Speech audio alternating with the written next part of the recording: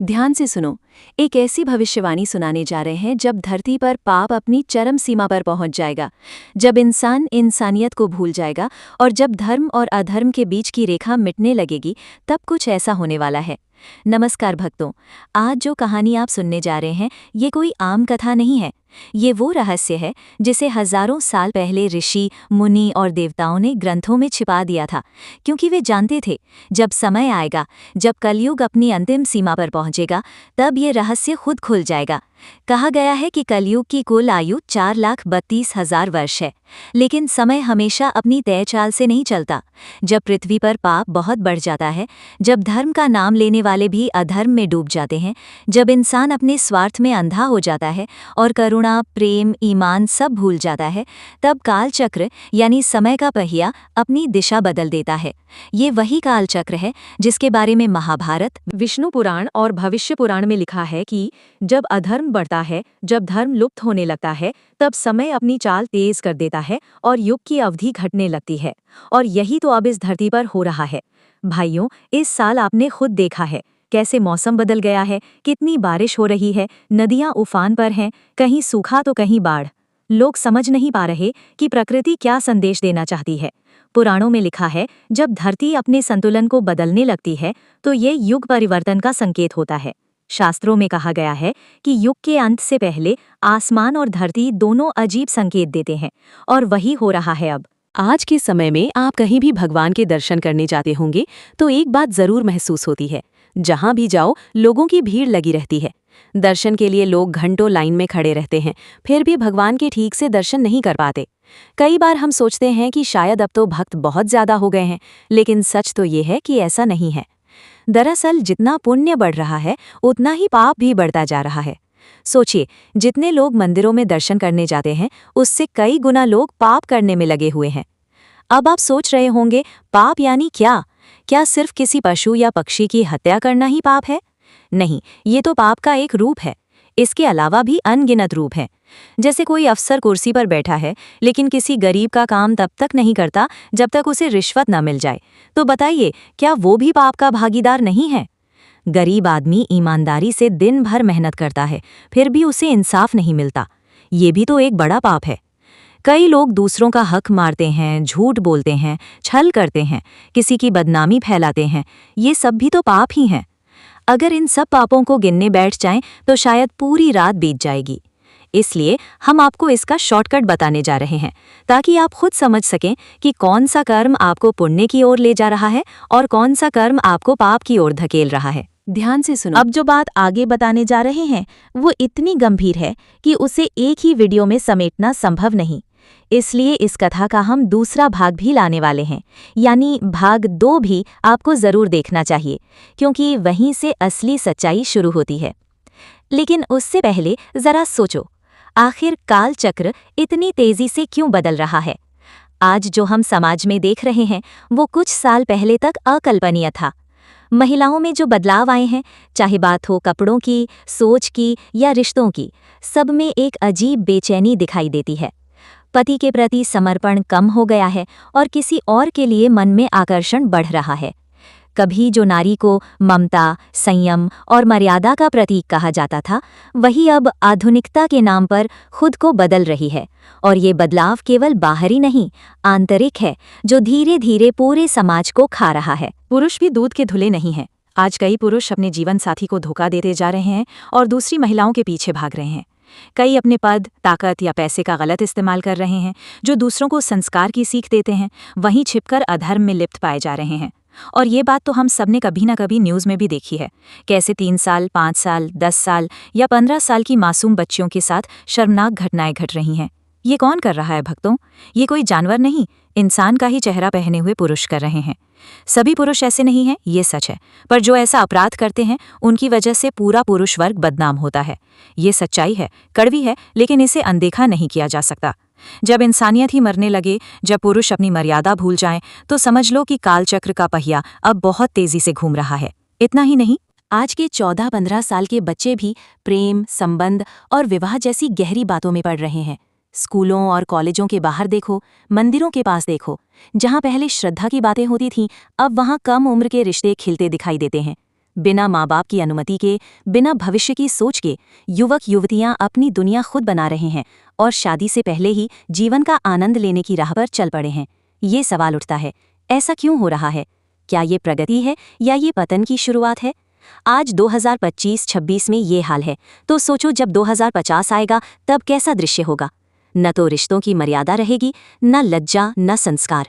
हर कोई कहेगा, मुझे क्या मतलब दूसरों से, मैं तो बस खुद के बारे में सोचता हूँ।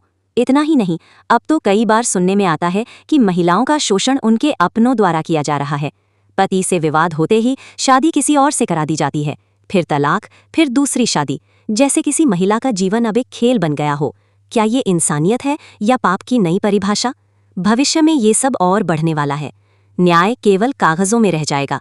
जिसे इंसाफ चाहिए उसे मिलेगा नहीं, और वो भटकेगा, गलत रास्ते पर जाएगा, क्योंकि उसे कोई सुनने वाला नहीं होगा।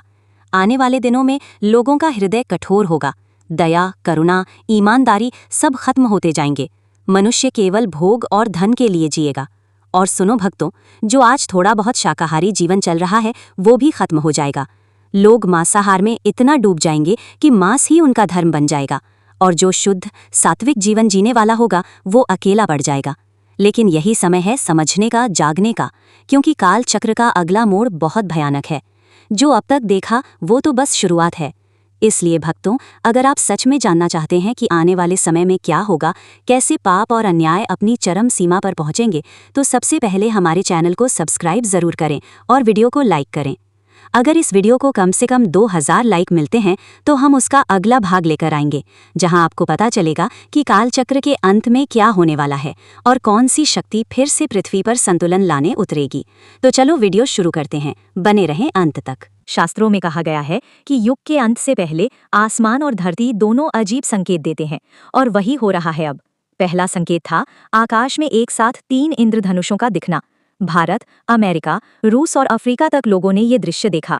किसी ने कहा ये विज्ञान है, किसी ने कहा संयोग है, लेकिन जिन्होंने वेद और पुराण पढ़े थे वे समझ गए ये कोई साधारण दृश्य नहीं, बल्कि समय की दिशा बदलने का संकेत था। वेदों में लिखा है, जब आकाश में 3 रंगों का पुल एक साथ चमके तब समझ लेना कि नया युग आने वाला है। दूसरा संकेत था धरती का अचानक बदलता स्वभाव। इस साल आपने खुद देखा, कहीं जमीन फट रही थी, कहीं भूकंप के झटके, कहीं नदियों में असामान्य उफान। मौसम का कोई भरोसा नहीं रहा। पुराणों में कहा गया है, जब प्रकृति असंतुलित होने लगे तो समझो कि समय परिवर्तन के द्वार पर खड़ा है। और तो और, मनुष्य के स्वभाव में अचानक इस साल आया परिवर्तन। लोग या तो अत्यधिक धार्मिक हो गए हैं या पूरी तरह नास्तिक। कोई दिन रात भक्ति में डूबा है तो कोई हर नियम तोड़ने पर तुला है। जब मनुष्य के भीतर का संतुलन टूटने लगता है तब कहा जाता है आने वाले दिनों में बहुत कुछ नया होने वाला है, काल चक्र जाग चुका है। तीसरा संकेत था अचानक से शिव भक्ति का असाधारण उभार। 2025 के सावन में भारत ही नहीं, नेपाल, भूटान, इंडोनेशिया तक के शिव मंदिरों में ऐसी भीड़ उमड़ी थी जैसी पहले कभी नहीं देखी थी। भक्तों की संख्या इतनी अधिक थी कि कई जगह मंदिरों को दिन रात खुले रखना पड़ा। यहाँ तक कि जिन युवाओं ने कभी मंदिर का रास्ता नहीं देखा था वे भी अपने आप शिव भक्ति की ओर खींचने लगे। लिंग पुराण में लिखा है, जब काल चक्र युग बदलने को होता है तब महादेव के भक्तों की संख्या असामान्य रूप से बढ़ जाती है, क्योंकि केवल शिव ही उस काल की गति को नियंत्रित कर सकते हैं। भाइयों और बहनों, ये कोई इत्तेफाक नहीं था, ये इस बात का प्रमाण था कि स्वयं महादेव अब युग परिवर्तन की तैयारी में है। चौथा संकेत असामान्य मौसम। 2025 के सावन में एक ही दिन में 4 मौसम देखने को मिले। सुबह तेज धूप, दोपहर को तूफान, शाम को मूसलाधार बारिश और रात को बर्फबारी। ये केवल भारत में नहीं, दुनिया के अलग अलग हिस्सों में भी देखा गया। अग्नि पुराण में कहा गया है, जब ऋतुएं अपनी मर्यादा तोड़ देती हैं तब समझो कि काल नया अध्याय लिखने को तैयार है। पांचवां संकेत धरती के नीचे से आती अजीब गूंज। रात के सन्नाटे में कई जगह लोगों ने धरती के भीतर से कंपन और रहस्यमयी आवाजें सुनी। वैज्ञानिकों ने इसे सामान्य भूकंपीय हलचल कहा, लेकिन जो धर्म को जानते थे उन्होंने समझ लिया धरती अब अपनी बात कह रही है, क्योंकि भविष्य पुराण में लिखा है, जब काल चक्र घूमता है तो पृथ्वी अपने भीतर से संकेत देने लगती है। और छठा संकेत लोगों का अचानक से धर्म ग्रंथों की ओर झुकाव। पहला संकेत मानव की बेचैनी। तुमने देखा होगा पिछले कुछ सालों में हर व्यक्ति के अंदर एक अजीब सी अस्थिरता बढ़ गई है। लोगों के पास सब कुछ है, पैसा, घर, सुख सुविधाएं, लेकिन फिर भी मन खाली लगता है। ये बेचैनी यूं ही नहीं है भाई, ये आत्मा की पुकार है। आत्मा कह रही है कि अब दिशा बदलो, अब केवल भौतिक जीवन नहीं बल्कि आत्मिक जीवन की ओर चलो। दूसरा संकेत, प्रकृति की आवाज़। कभी धूप में ओले पड़ते हैं, कभी गर्मी में बर्फ गिरती है, कभी बिना बादल के बिजली गिरती है। ये सब संयोग नहीं है। वेदों में कहा गया है कि जब युग परिवर्तन आता है तो प्रकृति अपनी भाषा में चेतावनी देती है। वो कहती है अब मनुष्य अपने कर्मों को सुधार ले, क्योंकि धरती अब नए चक्र में प्रवेश कर रही है। तीसरा संकेत, अचानक आध्यात्मिक जागृति। तुमने देखा होगा पहले लोग केवल मस्ती और दौलत की बातें करते थे, लेकिन अब हर जगह भक्ति का माहौल बढ़ रहा है। लोग ध्यान कर रहे हैं, महादेव, विष्णु, माँ दुर्गा के नाम का जाप कर रहे हैं। गीता, रामायण और पुराण फिर से पढ़े जा रहे हैं। ये सब इसलिए हो रहा है क्योंकि काल चक्र लोगों के मन को अंदर की ओर मोड़ रहा है। जिन्होंने कभी मंदिर का नाम तक नहीं लिया, वे आज शिव का नाम लेकर आंसू बहा रहे हैं। भाई, ये कोई छोटी बात नहीं है, ये युग परिवर्तन का जीवंत प्रमाण है। चौथा संकेत, समय का तेज होना। तुमने महसूस किया होगा कि आजकल समय उड़ता जा रहा है। दिन, महीने, साल पलक झपकते निकल जाते हैं। पुराणों में लिखा है कि जब युग का अंत आता है तो काल चक्र अपनी चाल बढ़ा देता है, क्योंकि पुराने कर्मों का हिसाब जल्दी निपटाना होता है। इसीलिए आज हर चीज तेजी से घट रही है। लोगों की उम्र तो वही है, लेकिन अनुभव कई गुना बढ़ गए हैं। पांचवा संकेत, सपनों और भावनाओं में बदलाव। कई साधक और सामान्य लोग बता रहे हैं कि उन्हें रात में अजीब सपने आते हैं। प्रकाश की लहरें, प्राचीन मंदिर या जलते दीपक दिखते हैं। ये सब कोई कल्पना नहीं है, ये संकेत है कि चेतना ऊंचे स्तर पर जा रही है। मनुष्य के भीतर की ऊर्जा अब जागृत होने लगी है। ये वो समय है जब हर आत्मा अपने कर्मों से मुक्त होने की कोशिश कर रही है। छठा संकेत, समझ से परे घटनाएं। कभी धरती से आवाजें आती हैं, कभी आसमान में अजीब रोशनी दिखती है, कभी कोई बच्चा अचानक गहरी बातें करने लगता है, जैसे उसने कोई जन्मों का ज्ञान याद कर लिया हो। भाई, ये सब संकेत हैं कि ब्रह्मांड का संतुलन बदल रहा है, ऊर्जा की परतें खुल रही हैं। और जब ऐसा होता है तो युग परिवर्तन निश्चित होता है। अब सवाल ये है कि हम क्या करें ताकि इस परिवर्तन के साथ खुद को जोड़ सकें। सबसे पहले, भय छोड़ दो। युग परिवर्तन का मतलब विनाश नहीं है, ये जागरण है। जो डरेंगे वे उलझेंगे, जो सजग रहेंगे वे आगे बढ़ेंगे। इसलिए भय को त्यागो और भरोसे को अपनाओ। दूसरा, शिव भक्ति को अपनाओ। महादेव ही काल चक्र के स्वामी हैं। उनकी आराधना से मन स्थिर होता है, और जो स्थिर है वही परिवर्तन के समय सुरक्षित रहता है। हर दिन कुछ पल ओम नमः शिवाय का जाप करो। ये मंत्र सिर्फ शब्द नहीं बल्कि ऊर्जा का द्वार है। तीसरा, प्रकृति से जुड़ो। नंगे पैर धरती पर चलो, पेड़ों को छुओ, नदी में स्नान करो, क्योंकि प्रकृति ही तुम्हें अगले युग की ऊर्जा से जोड़ती है। ये कोई दिखावा नहीं, ये विज्ञान है। पृथ्वी की कंपन लहरें तुम्हारे शरीर को नई चेतना देती हैं। चौथा, सकारात्मक सोच रखो। याद रखो, युग परिवर्तन में जो सोच रखेगा उसी की दुनिया बनेगी। अगर मन में डर, लालच और नफरत रखोगे तो तुम्हारा युग वही रहेगा, कलयुग। लेकिन अगर मन में प्रेम, दया और भक्ति रखोगे तो तुम्हारे लिए वही सतयुग शुरू हो जाएगा। पांचवा, ध्यान और मौन। हर दिन कुछ समय अपने भीतर बैठो, कुछ मत सोचो, बस श्वास पर ध्यान दो। धीरे धीरे मन शांत होगा और तुम अपने भीतर उस दिव्य कंपन को महसूस करोगे। इन 6 संकेतों को देखकर अब कोई शक नहीं बचता कि काल चक्र ने अपनी नई चाल शुरू कर दी है। युग परिवर्तन का पहिया अब घूम चुका है। अब सवाल उठता है, आगे क्या होने वाला है? क्या सच में 2030 में कोई दिव्य घटना घटेगी? तो भाइयों और बहनों, अब सवाल यही है, आखिर 2030 में ऐसा क्या होने वाला है जिसके बारे में ग्रंथों और ऋषियों ने हजारों साल पहले भविष्यवाणी की थी? भविष्य पुराण और ब्रह्मवैवर्त पुराण दोनों में इसका स्पष्ट उल्लेख है। कहा गया है, जब धरती पर अधर्म अपने चरम पर पहुंचेगा, जब इंसान अपनी आत्मा की आवाज को दबा देगा, जब जल, वायु और अग्नि भी संतुलन खो देंगे, तब आकाश में एक दुर्लभ तारा प्रकट होगा। ये तारा साधारण तारा नहीं होगा। उसे कहा गया है ध्रुव पुत्र तारा, यानी वो तारा जो ध्रुव की ऊर्जा से जुड़ा होगा।